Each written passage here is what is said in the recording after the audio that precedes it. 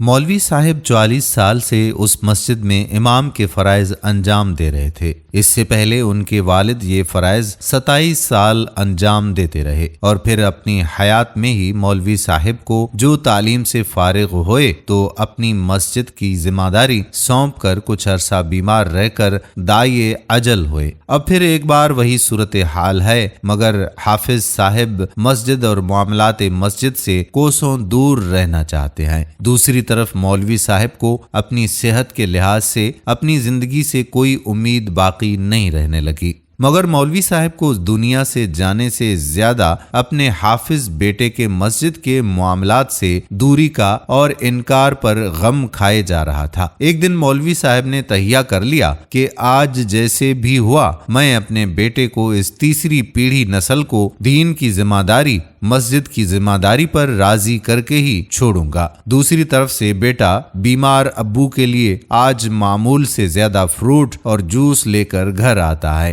گھر پہنچ کر حافظ صاحب نے فروٹ کو دھو کر اپنے ہاتھوں سے مولوی صاحب کو کھلایا، دوائی بھی حسب روٹین دے دی۔ مولوی صاحب نے بھی حسب روٹین حافظ بیٹے کو دعائیں دیں۔ عصر سے رات بعد نماز تک مولوی صاحب نے جیسے تیسے وقت گزارا، مگر جو ہی حافظ صاحب سونے کے لیے بستر پر لیٹے تو مولوی صاحب خلاف توقع بیٹے کی چارپائی پر جا کر بیٹھے جو پاس ہی تھی۔ جی ابو، کیا بات ہے؟ مجھے کیوں نہیں بلایا؟ خود کیوں تکلیف کی؟ حافظ صاحب نے سوالات کی بوچھاڑ کر دی، بستر سے اٹھتے اٹھتے حیرت زدہ ہوتے ہوئے۔ بیٹا، کام ہی کچھ ایسا تھا اور میری خواہش ہی کچھ ایسی تھی کہ مجھے خود تیرے پاس آنا اچھا لگا۔ بیٹا، تم مسجد اور امامت مسجد سے کیوں بھاگتے ہو؟ خود نماز پابندی سے پڑھتے ہو، مگر نماز کی امامت سے کیوں کتراتے ہو؟ دنیا کے بازار کی مشکل نوکری اور سیٹھ مالکوں کے ناز نخرے کیسے جھیل لیتے ہو، جبکہ اللہ کے گھر کی آسان ذمہ داری سے انکاری کیوں ہو؟ ٹھیک ہے، مسجد کی ڈیوٹی میں آمدنی کم ہے،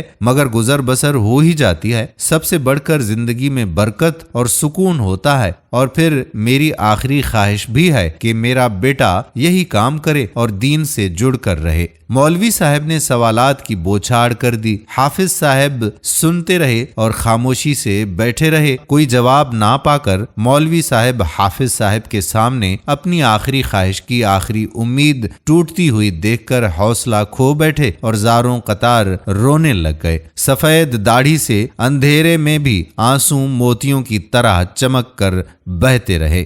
یہ منظر دیکھ کر حافظ صاحب کے اوسان خطا ہوئے۔ ابو ابو، کیا ہوا ابو؟ حافظ صاحب بولے، ابو، آپ کی خواہش کی دل سے قدر کرتا ہوں۔ مجھے بھی دل کرتا ہے کہ میں دادا ابو اور آپ کی طرح مسجد کی امامت کروں، لوگوں کو قرآن پڑھاؤں، محبت کا درس دوں۔ ابو، آپ کو میں نے بتایا نہیں، مگر مجھ سے امامت نہیں ہوگی۔ کیوں بیٹا؟ قرآن تجھے پکا دیا ہے، تو کچھ جمعے کے وائز بھی کر چکا ہے، کچھ مہینے بستی کے بچوں کو قرآن بھی پڑھا چکا ہے، تراویح وغیرہ وغیرہ، اب کیوں نہیں؟ مولوی صاحب جب سوالات کی بوچھاڑ کر کے چپ ہوئے تو حافظ صاحب بولے، ابو، مجھے قرآن بھی یاد ہے، جمعے کا وائز بھی کر سکتا ہوں، امامت بھی کر سکتا ہوں، جنازہ بھی پڑھانا آتا ہے، مگر کیوں؟ مولوی صاحب بے صبری سے بولے، ابو جی، میرے انکار کی وجہ یہ ہے کہ اس شعبے میں اب عزت نفس نہیں رہی۔ پہلے جب آپ کا وقت تھا تو غیر مسلم صرف مسلمانوں کا مذاق اڑاتے تھے، مگر اب جس بچے کو ہم قرآن پڑھاتے ہیں اس کا باپ بھی مذاق میں عزت نفس کو کچوکا دے دیتا ہے۔ جس نمازی کو کچھ دیر پہلے نماز پڑھائی ہوتی ہے وہی جا نماز پر ذلیل کر رہا ہوتا ہے۔ کسی کی شدید خواہش پر فوتگی پر دی جانے والی ایصال و ثواب کی نیت سے روٹی کھا لیں تو 2 دن بعد مرحوم کے ورثہ کسی مجلس میں جگت مار رہے ہوتے ہیں۔ جنازہ گاہ میں پہلی صف سے بھی پہلے کھڑا ہو کر امام 2 منٹ لوگوں کی شرکت کا خیال کرتے ہوئے رک جائے تو لوگ داد دینے کے بجائے گھورتے ہیں۔